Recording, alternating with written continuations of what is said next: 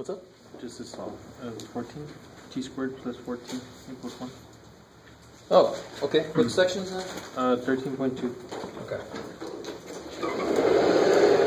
So there's this question from 13.2.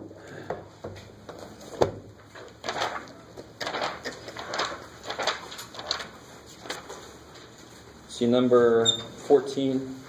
Thank you. Yeah. Now, you know, as you're doing the homework, the section you're in kind of gives you a clue as to what to try to do. On the test, I might ask you to do something a specific way, because you know there's that handout I gave you that shows all the 4 different ways of solving a quadratic equation, right? So most of you guys hopefully have gotten that. We got complete and square, we got quadratic, we got taking square roots, right? So in 13.2, this is where we learned the quadratic formula. And number 14 says t squared plus 4t equals 1.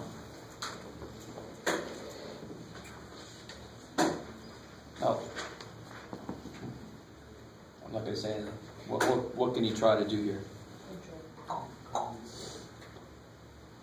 Yeah. You gotta find the square, so it'd be divide t by 4t by 2. You can do that. And multiply it squared. You could. Add that to the side.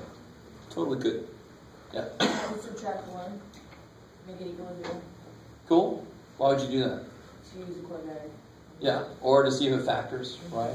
So the big mistake I see students make, and I didn't want to say this, but I'm going to anyway, is they'll see somebody do this, and they solve, and why is that crazy? Why is this person insane? It doesn't factor out to be t squared plus 4t. Sure it is. All right. There's something more evil than that going on here. There's nothing to do with that afterwards? No, because it's multiplication and then you just set it equal. True. Well, that's what I do. If I had x plus 1 times x minus 2 equals 0, and I'm just kind of giving away part of what I need to hear from you right now, couldn't I say x equals negative 1? Because I can say x plus 1 is 0, or x minus 2 is 0. So that's what they're basing it on, right? But what's the key that tells me I'm allowed to do this, but I sure as all hell am not allowed to do this? You can do this, come on. That one's equal to 1. Okay, it's got something to do with that. It's not a trinomial. Say again? Not a trinomial. Well, Can't factor out to the trinomial. no, it doesn't matter that it's not a trinomial. So it's got something to do with the fact that it's equal to 1, not 0. If I multiply two numbers and they multiply to be 0, what has to be true? If two numbers multiply to be 0, what must be true? What's the only way you can multiply two numbers and have them to come out to be 0? One of them has to be 0. That's why this is making logical sense. Either this one is 0 or that one's 0. That's all the way. Now think about it. Do the two numbers, do both of them have to be 1 in order for this to work? Believe it or not, that's not true. There's an infinite number of ways to multiply to be 1. 1/2 times 2. 1/3 times 3. 1/4 times 4. Holy shit. Right? That's why I don't factor until I've got this equal to 0, because that's the only time I can say definitely one of them has to be 0. You with me? So some of you guys maybe weren't even thinking about this, but enough people do this, and I'm talking about people up into my Calc 2 class. So I'm not saying that it's only people that are grappling with stuff here. People at the calculus level, they do stuff like this. But you guys know, you can't. It's no good. It's got to be equal to 0 for this to make sense, for that to work. Cool. So in general, I would make this equal to 0. To see if this factors, and if it doesn't factor, then I can use quadratic. There's nothing wrong with what you're doing, but since this is in the quadratic formula section, they kind of want you to get used to that. But if I just gave you this on a test and I say solve, and you did it that way, completing the square, beautiful, right? Nothing wrong with that at all. All right, you guys, are you with me on this? Okay. All right, I'll take that. So how do I use quadratic formula here? What do I have to identify to use quadratic? ABC. ABC.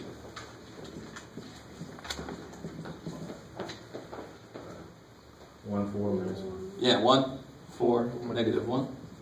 It just looks at the coefficients of the things, right? Ax squared plus bx plus c, so you want to put it in descending order. And then it's just plug and chug. And you have to know the quadratic formula. Some of you guys came into this class knowing it. Some of you guys better know it soon if you don't. Right? How's this dude go? You don't have to sing it if you don't want to. There are stupid little videos on YouTube that sing it. It's for students. I would never do that to you because I don't want to hear it. Negative b plus minus square root of b squared minus 4ac divided by 2a. Like some of you guys are like, you're in church. You're I said it. Anyway, we should. I think most of you guys know this. Right? And then it's just plug and chug. Notice that the bar, the division bar, is under everything, right? So this will be negative 4, give or take, square root 16 minus 4 times a times c over 2a.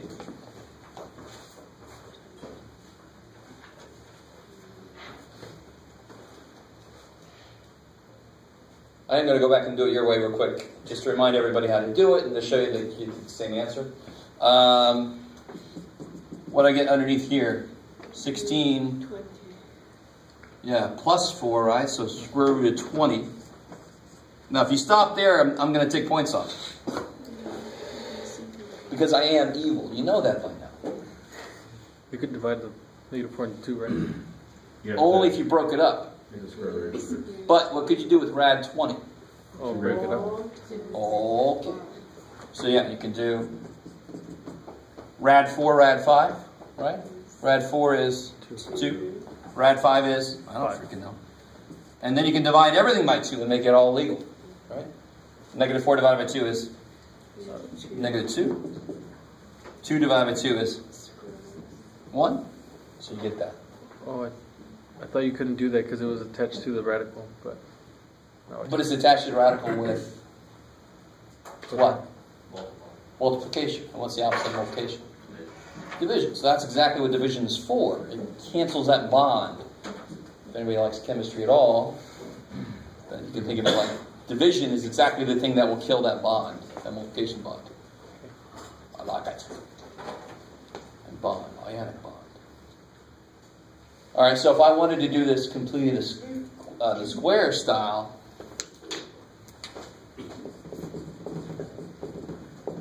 I would leave that 1 over there. So this is way 1. And here's way 2. How do I complete the square? Yeah, 2-step process, right? You should have done this enough for you guys to know the steps. 4 divided by 2 is, that's crazy. And then 2 squared is 4. All right, we went in a nice circle there. So what do I do with this? All right. I'm always curious if somebody's going to, I'll tell you what you can do with that, Jeff. No. So you add it here. You add it here. I'll tell you what you can do with that for, Jeff. And this guy, now this is easy to factor, but you don't need it. But that tells you how to factor this. And of course, that's exactly how to factor that, right? If you let it, completing the square does so much of the work for you. It's crazy. If you let it. You just have to remember the 2 steps. Equals 5. And what's the whole point of completing the square? What can I do now that I've got it all in one compact place? What can I do? Square root. I want to kill the square. Right? Because I want to subtract the 2 to get the t by itself, but everything is stuck inside the stupid square. Well, let me kill the stupid square. And the minute I do that, I put Plus or minus. Plus or minus. So I get t plus 2 equals plus or minus rad 5. Now I can subtract the 2. T equals negative 2 plus or minus rad 5. Same thing we got there. And I think I said this to you guys. Very often when the first number is a 1, completing the square is actually quicker.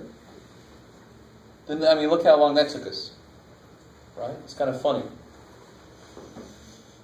Okay, so if I say to use a specific way, you must do it that way. If I just say solve it, then you can use any by hand method you want. Notice how I covered my ass and said by hand. Don't tell me what buttons you press in the calculator. It's Still got to do it by hand. What is that second way called? This is the first one is the quadratic formula. Yeah, and this is called what? Completing the square. Oh, completing this. I love the name because you are completing this so that it becomes something squared. Completing the square. I love the name. It's telling exactly what you do. I'm still not clear on how the quadratic formula works though. Like, how did you? What is that? That whole formula that you have. This is the quadratic. That is the quad. That's you have to memorize that formula. Were you not here when we? I missed it. Okay. There you go. Yeah. There it is. So basically, you just use that. You put that formula down, and then you plug in. Yep. All A, B, and C. So this, okay. the day that you missed, we took this equation. We took this equation. Look around, everybody else. We did this. You guys watch me. But you guys helped me out. We took this equation with no freaking numbers in it, and somehow we solved it, and we got that. That is neat. Powerful. We did that. Raw. And it's in the book, too. First page of that section. I don't. Oh, well, shit. You're screwed. I don't know. I do the online homework things. All right. Oh, you got the ebook. Yeah. Yeah, so you can look at the book. You got the book. No, the ebook. It just comes with, it's just math lab, that's all. Oh, you got the bare bones. Yeah. You have no book. It's got the book and math. They have instructions on how to do stuff. Math Excel. You got Math Excel, you mean? No. You should have the ebook then if you have Math. Really? Totally. It's one of the options. Totally, How dude. do I access it? How do I access the ebook? It tells you, it says look at the book and you click the button. Exactly. Really? Damn it, I'm gonna solve this. Wait, where does it say? It's right above, like, help me solve this problem. Right there. The view example? Well, no. Oh, It's also in the list problem. of stuff you got on the side. On the side. There's chapter contents, I think is what it's called. Yeah. Yeah, maybe I do have There it. you go. Yeah, I just never bothered to look at it because I kind of got by without it. But Now you're getting that wall. now I might have to look at it now. Oh man, what a day. Well, hopefully not though, because I kind of get it now that you explained it. So, thank you. Okay, sure. We made progress today. I didn't tell you shit about how that became that, but using that's pretty easy because that you just plug and chug. And I'm not going to. It's on video, so you can watch it. All right. So is everybody cool with that? We overdid this problem. It's in this section, so they kind of want you to do quadratic formula. But you can see how completing a square is actually quicker. So like I said, if the first number is a 1, completing a square normally is the way to go. All right. Okay. Anything else from homework? Excuse me. Yes. Page 865, number 18.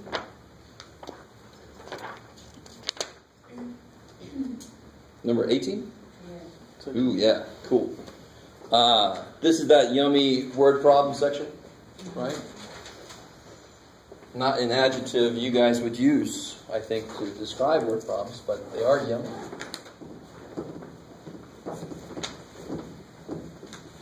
This one is, I kind of call this a pseudo word problem because it's like one step away from the math. Number 18 says, what's the maximum product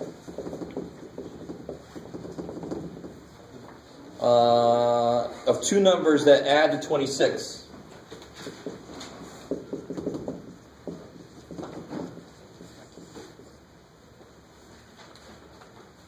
All right, so word problem. So if you follow my suggestions, it'll be a little easier. Right? If you don't, it's fine. Good luck. How many players do I have going on? 2. I got the first number, and I got the second number. They don't really come in any order, but what must they do? Add 26. So if the first number is what? I don't know what the hell it is. It's X. What must the second number be? Huh? No, get out of here. X. Think about it. If the first number was 10, the second number must be... Where the hell did you get that from? 26 minus... Yeah. Whatever this is, the other one is 26 minus that. Does that make sense? Anytime you have a total, you're going to have a total minus X somewhere. So this one's got to be 26 minus X. Let me stop there for a second. You see what I did? I put a number in for X, because it really doesn't matter what... I'm going to figure out what X is later. Right now, I can just put a number in. If X was 7, then the other number would have to be 26 minus 7. It would have to be 19. Right? So whatever the number is, it's got to be 26 minus it. Now how do I, so that's what they tell me. They tell me it adds to 26. What do they ask me to find? The maximum product. So what's the product of those two? What does that mean, product? Multiplication. Cool. So it'll be x times 26 minus x. 26 minus x. That's going to be the, I'll call it the p of x function, the product function. Is that cool? How do I find the maximum? Where's the maximum going to happen? Yeah, because once you multiply this out, what kind of function is this? What would it look visually? What would it be as a graph? What would it look like? Hey, all right, cool. I got people drawing pictures of me. I love it. That's awesome. Yeah, be downward. That's exactly what I want you to do. Be down parabola. How do you know it's down? It's going to be negative. Because there has to be a cap on No. Maybe the people that made the problem are crazy. But it's down because it's a negative in front of the x squared. It's a lot like slope, really. Right? Downward parabola sounds like a horrible yoga pose, but there it is. All right. So how do I find the max?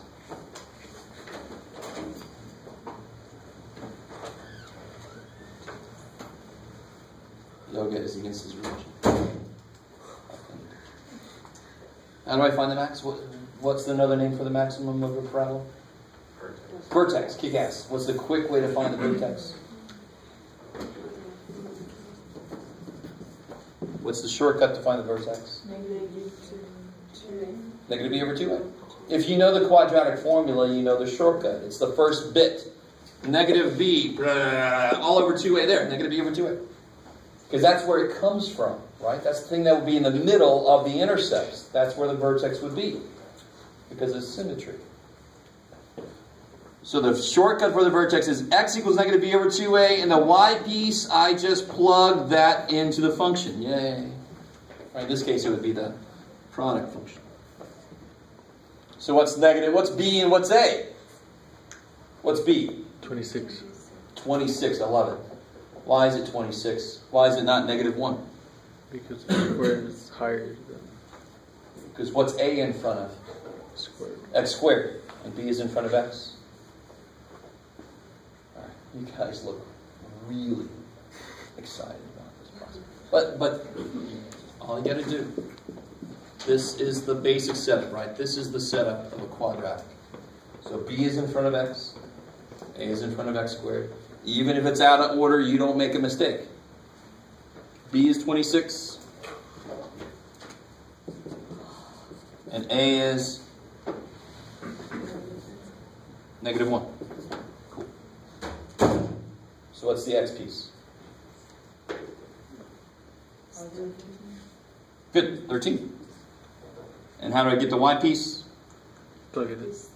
Plug a 13 in. Or you could even be smart about it and go, well, if x is 13, then the other number is 13. It's crazy. So let's try this. What is 13 times 13? 69. 169. What is 14 times 12? Where did I come up with those numbers? Why 14 and 12? Because they add up to. Because they also added 26, but they're kind of like one off. 13 times 13 is supposed to be the maximum, so 14 times 12 better be freaking smaller than 169. What is 14 times 12?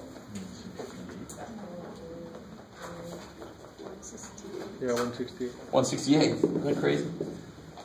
And if you go down, like if you go to, what you got, Jeff? 16 times 10, that's, see, that's 26 still, right? But that equals 160. Oh, interesting. Do you guys understand what I'm doing there?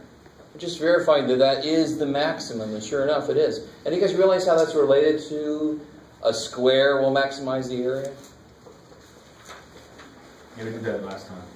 Yeah, see 13 and 13, the sides are equal. It's related to that idea. I know this problem didn't say anything about area of anything, but you come out with equal numbers. It's just like a square being the answer to the maximum area. It's related perfectly to that. Do you have to understand what I just said? No? You can do this problem without thinking about area at all. But if you do understand it, it's awesome. It's the same basic idea. Thank you. All right. Maybe. Not much time has gone by. All right. Anything else from homework? Yeah. You just plugged it in, right? You just plugged it in, use the quadratic formula answer this again, right? Nope. Did not use quadratic formula. You do. I don't know. What does quadratic formula do for you? When does quadratic formula work? When does quadratic formula work? What kind of question does it answer? Whenever your functions don't come out nicely. Whenever they don't factor, because what situation are you in? You're trying to figure out whether function equals what? Quadratic comes see? Zero. Sweet. When the function equals 0, that's when quadratic formula comes in. So I want you to realize this is a down parabola. It would look something like this. So if I use quadratic formula, I would find these points. You with me? I really want you to understand. That's what quadratic formula does. It actually finds the x-intercepts. Right? So why does quadratic formula come out complex sometimes? Because sometimes there are no real intercepts. Right? There's got to be a reason it comes out complex. That's why. It's like saying, hey, there's no real stuff. Here's some complex shit for you. Thanks. Quadratic formula. You know you can talk.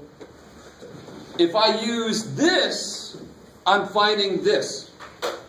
Or if it was a down parabola, I'm finding the vertex. That answers the question about find the max, find the min, minimize the cost, maximize the profit. That's when you find the vertex. Okay, so that's the vertex formula. Beautiful. This is the shortcut to find the vertex. Get x by negative b over 2a, and whatever you get, you plug it in to get the y piece. Right? Now, I know I did that a different way, but if you plug in 13, you would actually get 169. What do you get when you plug in 13 here? You get 13 times 13, right? You get 169. You get what the product is. So the vertex would really be 13, 169. So right here, this is 13. And this is 169. You guys got it with me?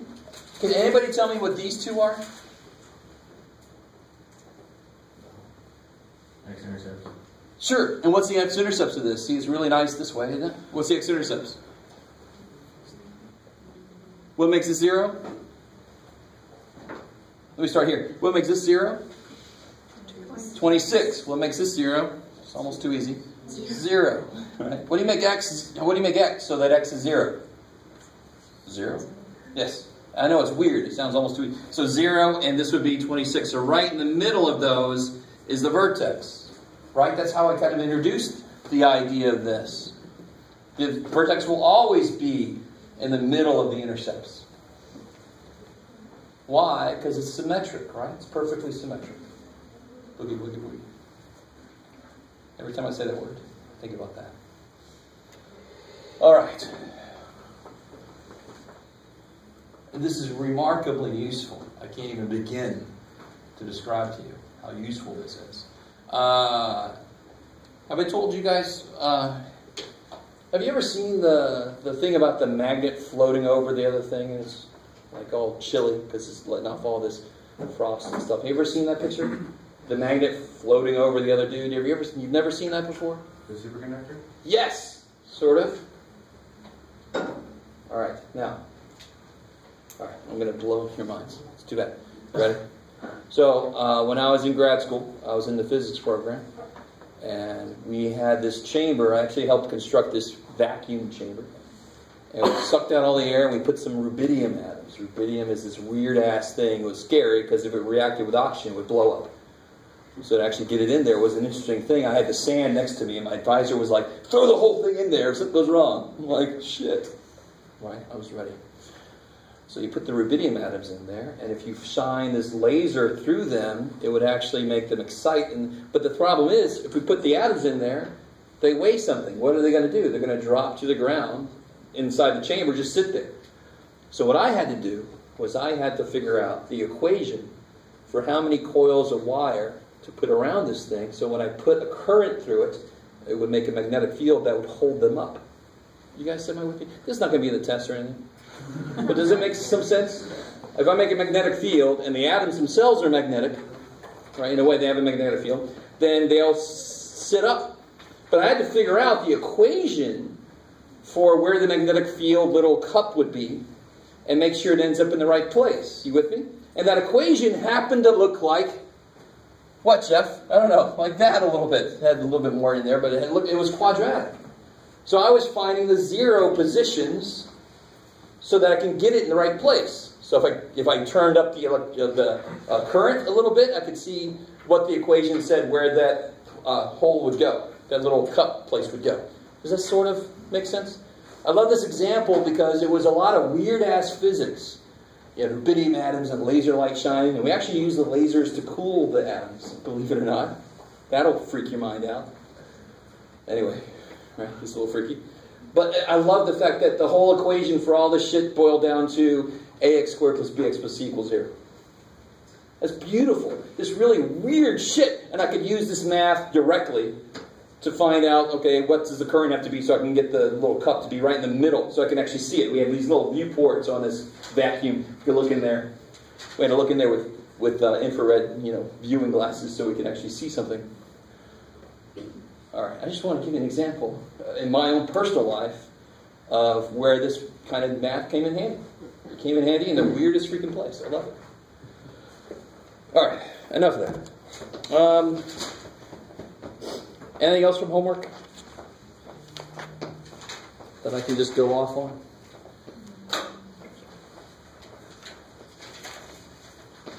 Homework is being done. Is this right? Everybody understands it should be done. Right. Maybe we can do one more problem, kind of like that. If you got one for me, what you got? I don't know. Crazy. All right. Any more questions from homework? All right. So you got to get in there and try it. So you have questions for me. All right. Last time we did the example with the. Remember we did the example with the classic where we folded the sides up? We did that one, remember? Yeah, we did that one. Here, let me give you, let's do one more of these. I'll make a problem up, this should be exciting. So say I have, say I have 60 feet of fencing.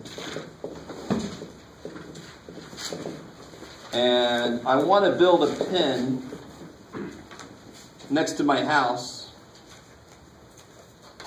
So notice how I'm going to put it right next to my house. So how many sides do I need for my pen? I only need 3 because the 4th side is going to be my house, right? And I got to put my goat in there, right?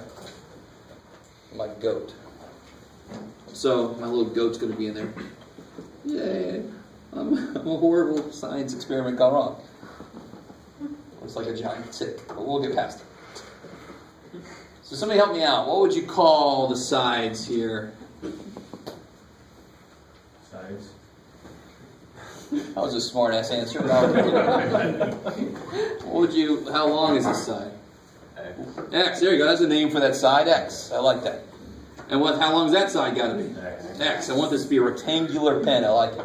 So no other smart ass said, well, what shape do you want? Trapezoidal? No. You don't want me to make that problem, do you?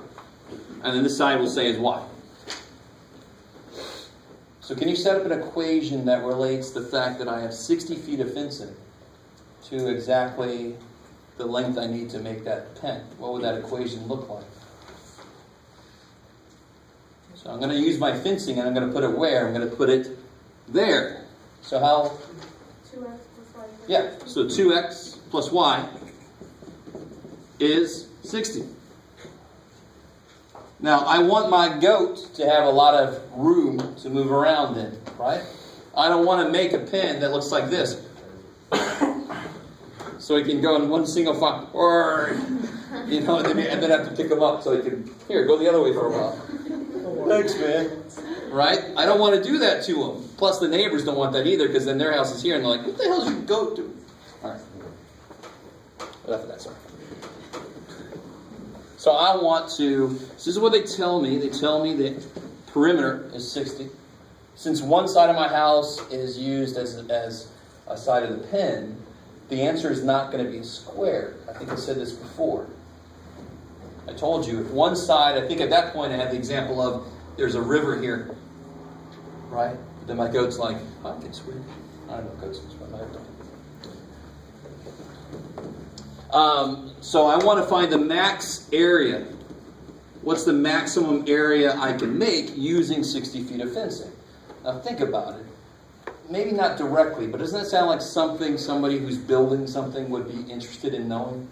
Right? This is a very fundamental idea here, being able to manipulate this kind of stuff to figure this out. What's the area of that pen? Don't think too much about it. What's the area of that rectangle? X times y. Beautiful. So the area is x times y. Can we handle two variables like this? No, we can't. Right? I like the confidence, but we cannot. I like that. Thankfully, I know this. How can I use this? Beautiful. Solve for y. So subtract 2x. I get y is 60 minus 2x. So what's the area? The area is x times y, but what's y? Doesn't that look just like the last problem? So for us, we're only able to handle parabolas. If you made it to calculus, you can handle shapes like that. You can find all these maxes and mins, because they're not perfect parabolas. Our math, we can only get up to parabolas. So your equations have to come out to be quadratic. You understand? You can't have an x cubed in there. You have to have x squared as the highest power. It's got to be parabolic. And sure enough, when you multiply this out, you get 60x minus 2x squared. Kick ass. So what's the vertex? What's the x piece?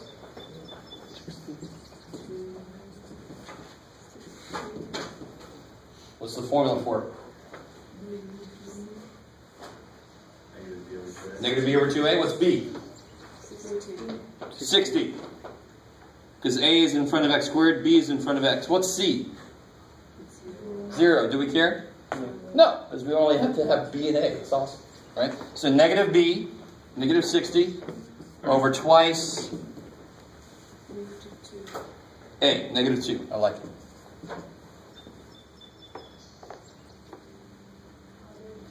$15, kick ass. And what's that? 15 is this length, 15 feet, right? Because I had total 60 feet. So how long is this side? How can I figure out that side? I got this equation. 60 minus twice 15 is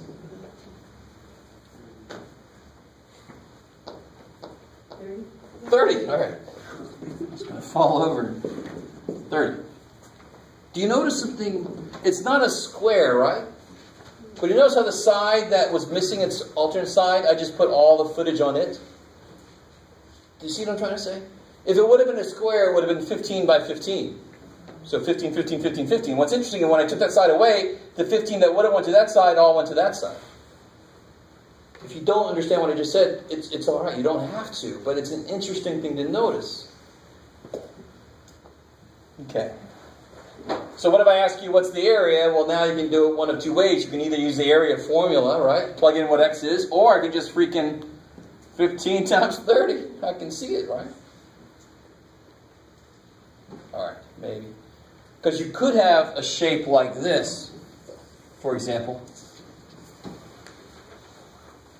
And then it wouldn't really be a perimeter formula. If I had to make a shape like that with fencing, it would be, how long is this? How long is this? X. So how long is this? X. And how long is this? Cuts. And of course, how long is the top? That's crazy.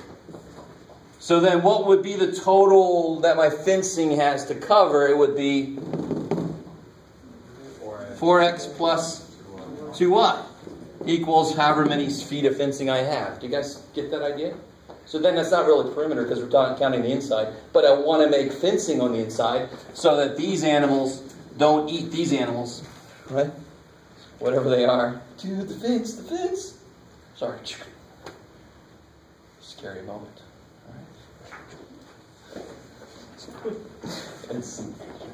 All right. Maybe. Just got to get in there and try those out. Most of those problems, they give you the equation already. A couple of them, they ask you to make your own equation. Those are the ones that we fear the most. because you have to make your own equation. Shit. Okay, so let's get back into chapter 14. But did I say this yet? Yes, I did. Let me just write this down, just so you guys remember. Quiz Thursday. 12.8, chapter 13. All right. Please still do come Thursday, even if you're not ready. You can make corrections to it. Right? It's stupid to not come just because of the quiz and then miss the lecture. It just doesn't make any sense to me. But you can do whatever you want. All right. The last time, I think we just finished right at inverse function. So let's kind of review that a little bit.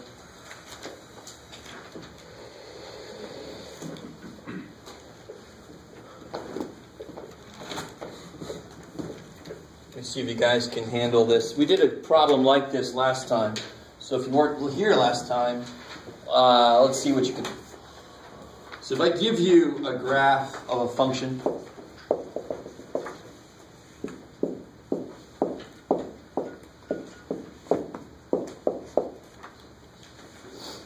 let's see, Jeff, what you got?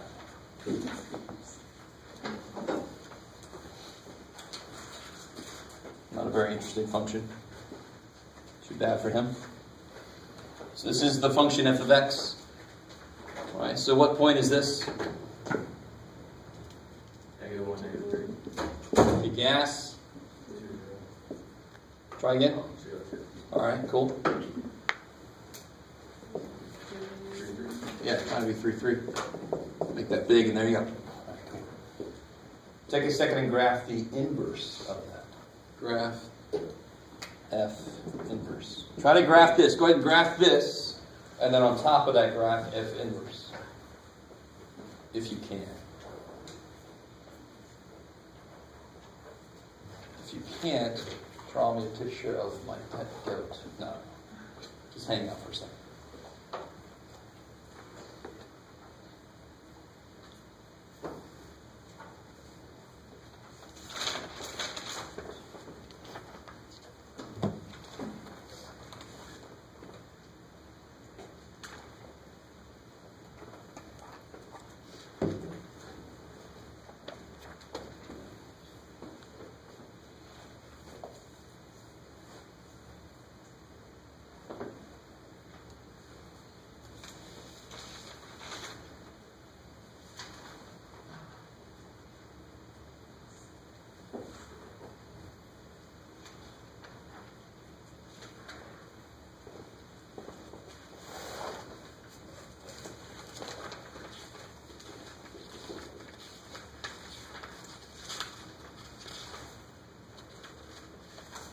Layla, are you out there? Layla. John Ortega?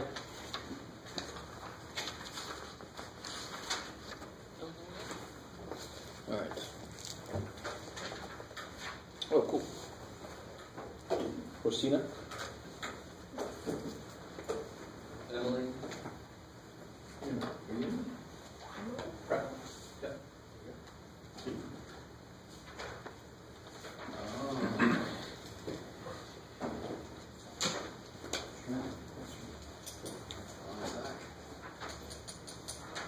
Cheyenne? Oh. Stuart. All right, guys. So, if you had no idea, you're about to find out. What does the inverse function do? The opposite? The opposite. I like it. So if this function takes -1 and makes it -3, The other function. the inverse function is going to take -3 And make -1. and make it back to -1. It's going to undo whatever the other function did. So this point means that you do it in black so it matches it. The f of x took -1 and made it -3. So the inverse function is going to undo whatever f did. It's going to take -3 and bring it back to -1. Cool, is that all right? That kind of makes sense. That's what the inverse function should mean. Inverse means the opposite. So it should do the opposite stuff. So this one goes through -1, -3. So the inverse goes through -3, -1. What other point does the inverse go through? 2, 0. 2, 0. This one goes through 0, 2. So this one goes through 2, 0. Bam.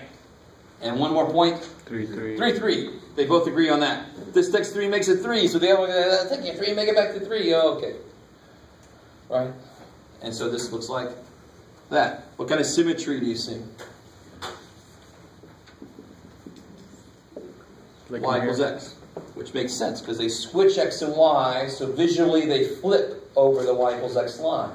X and Y switch. So it kind of makes sense that visually they would flip over that line. How you doing? Okay, that by itself is okay. That's how to do that graphically. You know I'm going to give you a function just like that. I'm going to ask you to graph its inverse. And then I'm going to give you a function algebraic representation. So I'm going to give you something like this.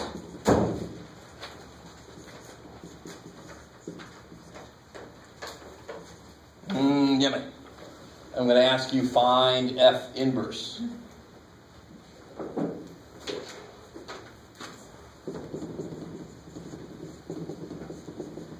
Who remembers how to do that?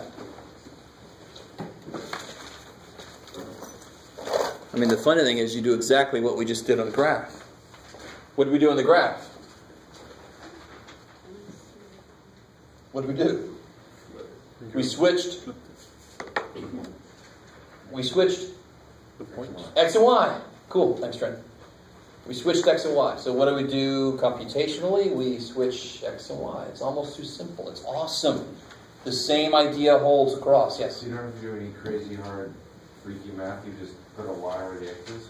It all depends on what your definition of crazy hard freaky math is, but I don't think I call this crazy hard freaky math, right? So where's Y, though? Where's Y? Yeah, this is what Y used to be, so we'll call that Y again. And what weird shit do I do? You don't have to do this, but for me, I just do a little line.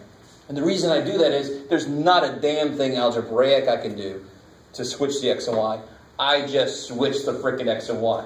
I didn't do something like add something or something. I just do it. So this line tells me I'm doing something conceptually right now. I'm going to switch the X and the Y. Just like that. Bam. Bam. Alright. And then I solve for Y. So, I mean, 2 levels this makes sense if you let it. Visually, I switch the X and Y. Why? Because the inverse will undo whatever the first function did, right? So that makes sense. I'm going to switch the X and Y. Secondly, as I solve for Y, I'm going to do all the opposite shit. This is exactly what the inverse function is supposed to be. It's supposed to be the opposite. So I always think of this like my memory. So as I solve for Y, this is going to remember all the shit I did to get that to happen. So it's my inverse at the end. It's all the opposite functions. So what do I do first? Subtract 7. So I get X minus 7 equals cube root of Y minus 2.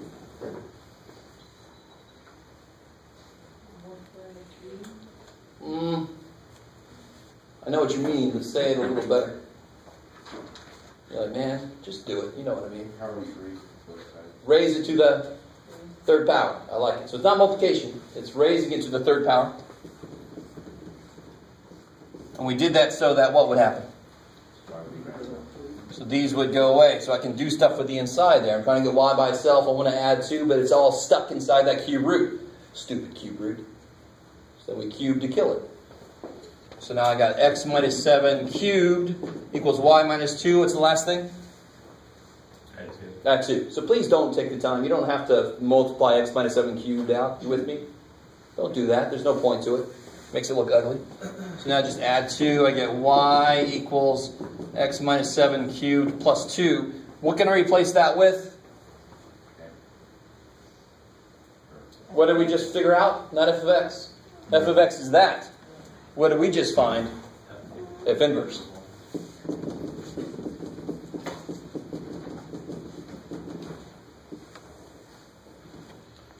Yes, sir. So on the test, you're going to want to put the F inverse X instead of just, if we leave it at Y Yeah. at this point, right? Yeah, if you don't, I'm probably not going to take points off, but you should. because that's what you found. I like it. So cool. Now, playing off of what we just did. There's f of x, and there's f inverse. Take a second. Can somebody please take a second and tell me what is f of 10? Do it. Do that now. So many of you are doing it in your head. Freaking me out. 9. Okay, so if you put a 10 in, cube root of 10 minus 2 plus 7, cube root of 8. What's the cube root of 8? 2 plus 7? Kick ass. So f of 10 equals 9. So before you even do any work, can anybody tell me what f inverse of 9 is? 10. What did f do to 10? It made it 9. So what's f inverse going to do to 9? It's going to bring it back to... There you go. That's a fundamental property of inverse functions. One undoes what the other one did. Well, let's verify that. If this don't work, we can throw this shit out and go home early. And anytime I say that, everybody gets excited. I saw a few of you guys go, I heard that. Look at that. That'd be the earliest. No, don't get your hopes up. So what's f inverse? It says x minus 7. So 9 minus 7 cubed plus 2. What's 9 minus 7? 2. Cubed. Plus 2. Oh, it's too bad. Math makes everything bad. It's too bad. No, math is awesome. It's too bad for you. Don't bet against math. Do you guys see that? I mean, there it is. Like, totally in your face. Just nuts and bolts. That took 10 to 9. This takes 9 back to 10. You can see it. Bam. But I'd love to ask a question like, f of 7 equals h. What's f inverse of h? 7. You don't even need to know what the function is, right? You don't need to do this shit because you understand the idea of inverse. It takes that and takes it back to that. Kerbam. All right. You all right? Yeah, I'm just tired. I understand. I can relate so much.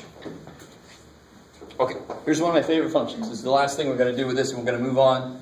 Got to be careful when I say that phrase, because then you all believe. Yes, we're going. Last thing we're doing in this section. This is one of my favorite functions. Figure out this guy's inverse.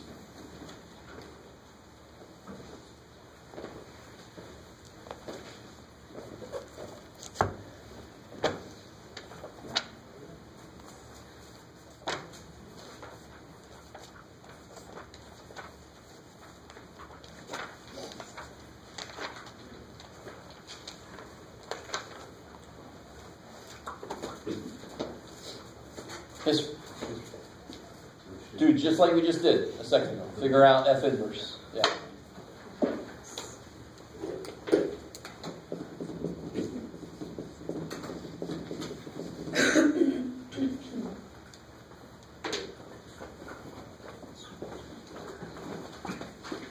Ooh, hello.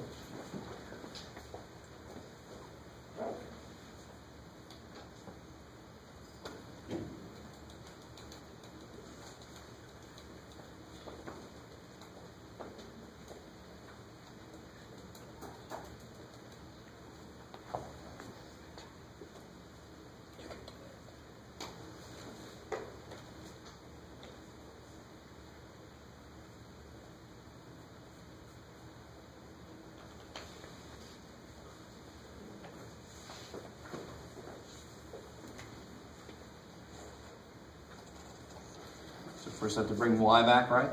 And what's the next step? Yeah, so switch the x and y. Now how do I solve for y? What's bad about where y is? Good, multiply by y. Get it the hell up. Get out of there, dude. So now I got y, x equals 5. How do I get y by itself? Divided by x. Divided by x. What the hell? What the what? It is its own inverse. Think about it though. What's 5 divided by 5? 5 goes to 1. What's 5 divided by 1? 5. Right? So it is its own inverse. 5 divided by 5 is 1. So f of 5 is 1. What's f of 1? 5. So the function itself, if it takes 5 to 1, it actually takes 1 back to 5. And think about it, if I would have just made it 1 over x, it would actually make a lot more sense. You ready? 1 over x means you flip it.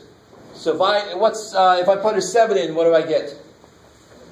1/7. Well, how do I undo it? Flip it again. So that's why it's its own inverse. If you flip it, you just flip it again to undo what you did. It is its own inverse. That's neat. So what must be true about this graphically? The picture right up here, when you draw the inverse, it has to be symmetric to the y equals x. So here's the neat thing. This and this, they both have a shape like this. They're already symmetric. So if I flip it, it's itself. It's a little bit beyond what we have to do graphically, but does anybody know what the name of something like that is? No, that line I drew through is the symmetry line, the y equals x.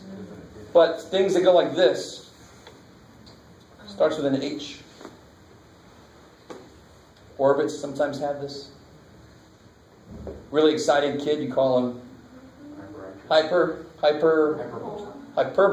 like it. Or hyperbola, like parabola. Right? No Ebola. That's a hyperbola. A hyperbola, if you want to pronounce it correctly. But you got, does that make sense? If you switch it across the y equals x, isn't it itself again? Visually, that's why algebraically it came out to be itself again, because it is its own inverse. Just a little side note, right?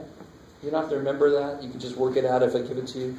Cool. There are several functions who are their own inverse, and they must have some kind of built-in symmetry around that line. The most simple one that is its own inverse is the equation y equals x.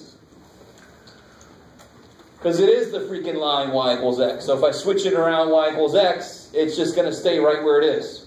All right, well, okay. Here. It's itself, right? All right. That's a very boring example. Okay. I'll try. Let me see. Okay. So now you have the graphical way to find inverses. You have a algebraic way to find inverses, right?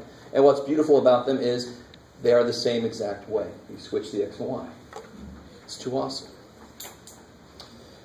So what I want to get into now is we're building up to that awesomeness that is logarithms. Oh, yes. So what I want you to do right now, everybody try to do this. This is a very strange question, but so I'm going to want you to graph the function we come up with up here. Can somebody tell me, this is a very strange question. We've put the variable down there. We've put the variable next to it. We've put the variable to a power, right? We've done all this weird shit with variables. We put variables under radicals. We've done a lot of weird shit with variables. There's one thing we definitely have not done yet with them. We haven't done this the other way. We haven't had the variable itself as a power. So I'm talking about something like that bad boy, right? So can you take a minute and graph that? Cool, do it. I like it. Let me help you out just a little bit.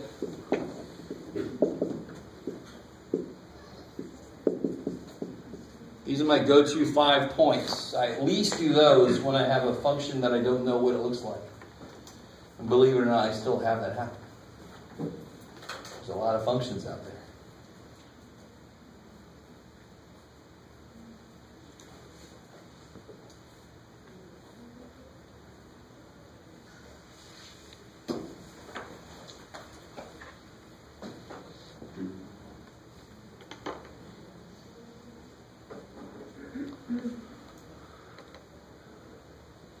Just to make sure you guys are looking at this correctly, what would happen here?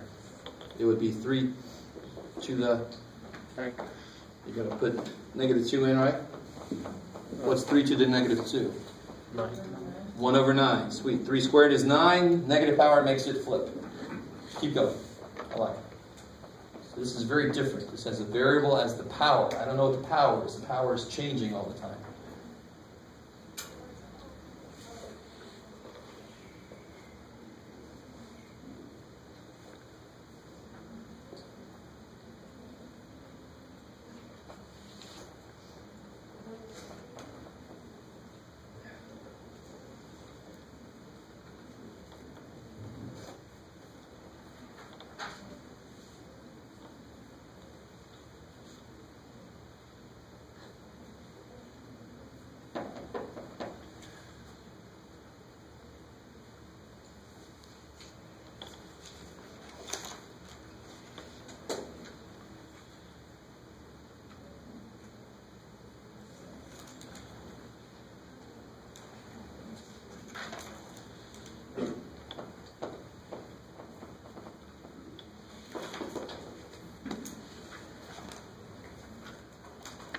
I mean, when you go to graph this, 1/9, you can pretty much approximate where that is. You don't have to be perfect.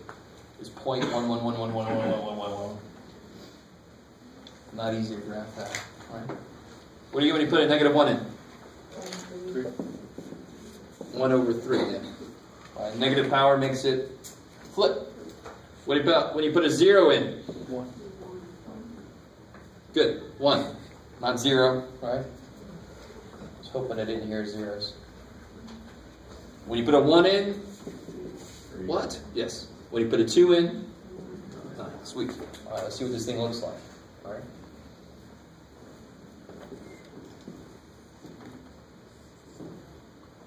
What do we got here? 1, 2, 3, 4, 5, 6, 7, 8, 9. Okay. So at -2, it was 1/9, which is about right there. -1, 1/3, which is about right there. All right, Jeff, that's freaky. 3 zeros, 1. 3 to the first power was 3. 3 squared was 9. Look at this thing grow. Now, what do you think is going to happen when I put smaller and smaller and smaller? -3, -4, -5? What if I put a -100 in? What would that be? Don't freak out. What would it be? Right next to a 0? It'd be 3 to the -100, right? So it'd be 1 over 3 to the 100th. Tell me something about that number. What's true about that number? I think you just said it. It's right next to 0. Yeah, it's freaking right next to 0. Shit, that's really small. As a human, I would say that's 0. But math says, it's not quite. So can this thing ever get to 0? If I put -1 trillion in, holy shit. 3 to the -1 trillion. I mean, 1 over 3 to the trillionth power. That's like 0.000000003. That's insane. Even closer to 0. Yes. You could virtually keep counting forever. Beautiful, I love it. But it never gets to 0. So what do you call that? That's surreal, dude. What do you call that? Wow. Do you know the name? This came up earlier. Somebody said this earlier. They mistook my dotted line for this. Asymptote. Kick ass. Kick asymptote. So this goes like that. Pretend like that's all nice and not wobbly. All right, Jeff, just stop being OCD. So this is asymptotic. Asymptote. All right, this is your asymptotic high five. Doesn't touch. It's just closer and closer and closer. All right, when you're a little kid, he's touching me. I'm not touching you. I'm not touching you. I did that. I did that to my sister. When she was bigger, eventually she kicked her shit. I'll touch you. Oh shit. Stop. All right, I desperately want you to understand. So this is when you're watching a horror movie, or, well, this would still be kind of a horror movie. There's a creature that's growing exponentially, or the virus is expanding exponentially. So one day it's here, and the next day it's there, and the next day the world, and that's, like 28 days later. Yes? Isn't this pretty you use to figure out interest? Yes, I love it. So if you're trying to figure out compound interest, then you would use a certain base that we're going to talk about eventually. A base called E. Yet another letter that we use in math. Oh, well, you brought it up. Don't give me that. Every single thing, I can make this base any number except 0, really. And every single one of them is going to have a shape like that, or it's going to be flipped. Right? But it's going to have this kind of shape. You guys semi with me? Now, just to get ahead of myself, can we graph the inverse to this? We don't even know what the hell this function is, but can we graph its inverse? Yes, we can. Right? What points would the inverse go through? This is the function. What would the inverse go through? 3, -2. Yeah, it'd have to go through Oh, wait. 1/9. Sorry. -2. Yeah. 1/3. -1. 1, 0. 3, 1. And 9, 2. I might not be able to get there. It's too much. So let's see. 1/9, -2. You with me? 1/3, -1. 1, 0. 3, 1. And of course, 9, 2. Way out there. So it's going to look like this. Weehaw! This is even more impressive, I think, with the symmetry. You see that? It's kind of nifty. Kind of nifty. That's the inverse, right? That's the inverse. Notice there's an asymptote here on the x-axis, so for the inverse, it's going to be on the y-axis. Because what does an inverse do? It switches x and y. That is the graph of a logarithm.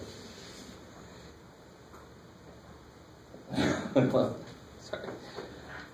You're like, what'd you expect, man? Really? You expect something? You did. That's your problem. I understand. I'm sorry.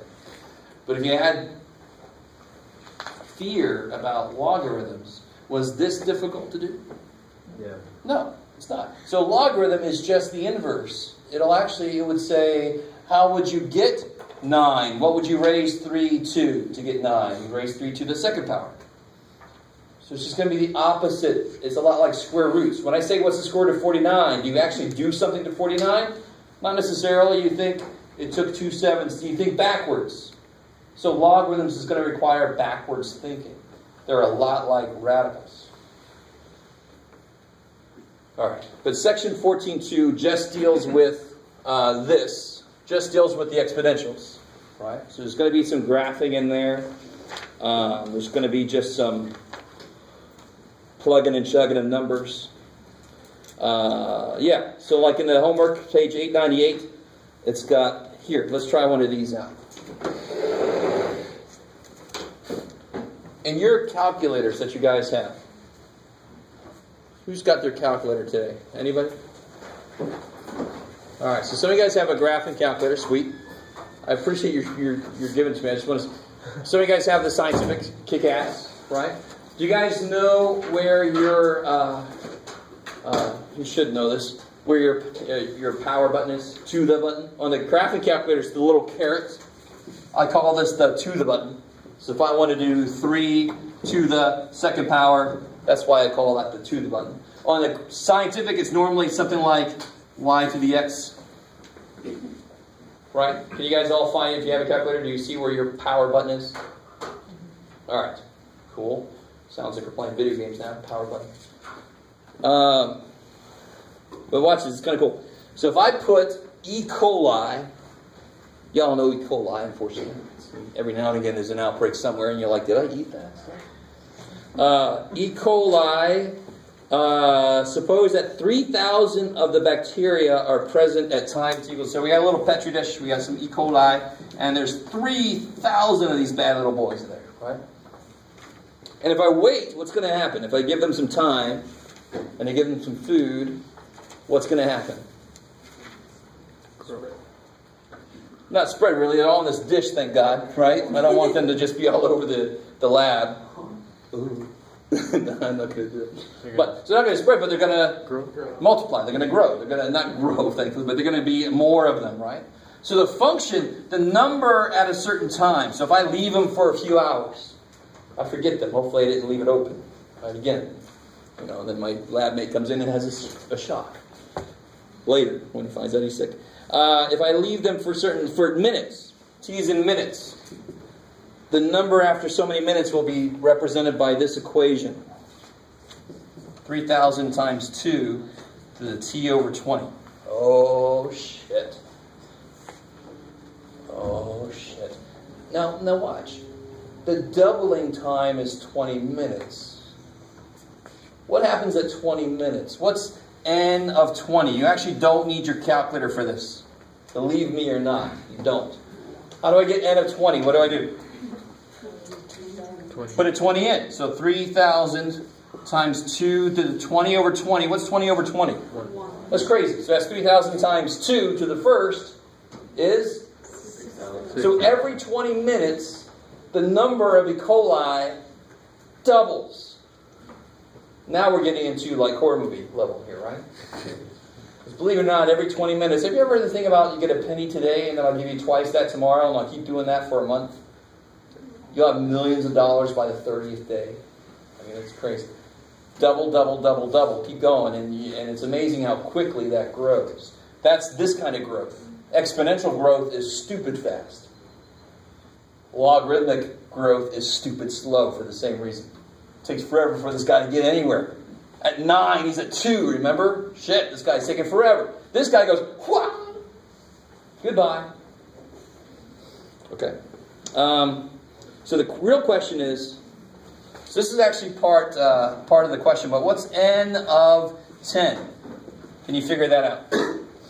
Use your calculator if you need to. You will need to, actually. Be really careful when you put this in your calculator. Put that in parentheses, right? Because your calculator knows order operations. It's bad for you if you're not careful.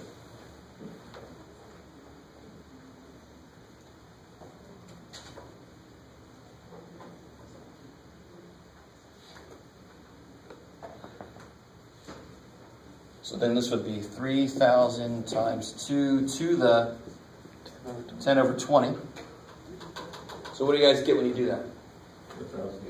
Sorry, so this was 6,000 after 20 minutes. Here I get who what?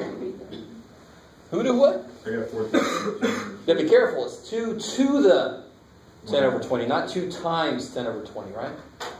This is 2 to the power of 10 over 20. If you do 2 times 10 over 20, you will get 3,000. But that's not the right answer. After 10 minutes, there will be more of these things. So it'll be 3,000 times 2 to the 1/2 if you reduce 10 over 20. So yeah, I'm sorry, do it again. 4,242. That sounds about right. 4,300? 242. 42? Yeah. Alright, cool.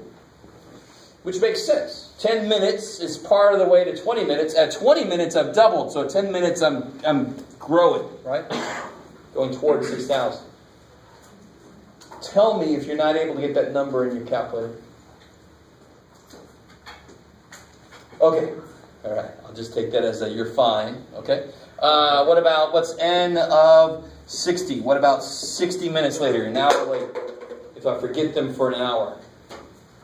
What's happening there? No, it's okay.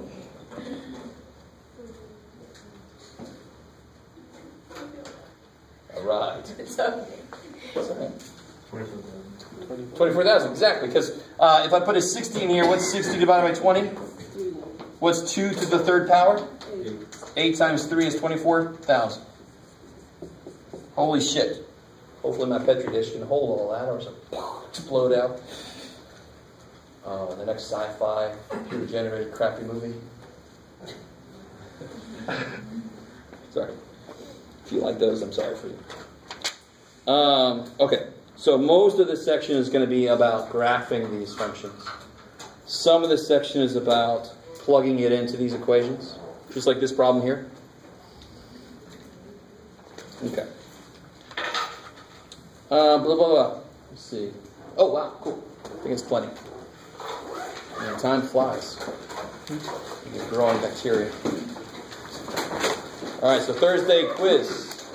Don't forget. 12.8, chapter 13. So are we going to skip chapter 15? More than likely, which is fine. It's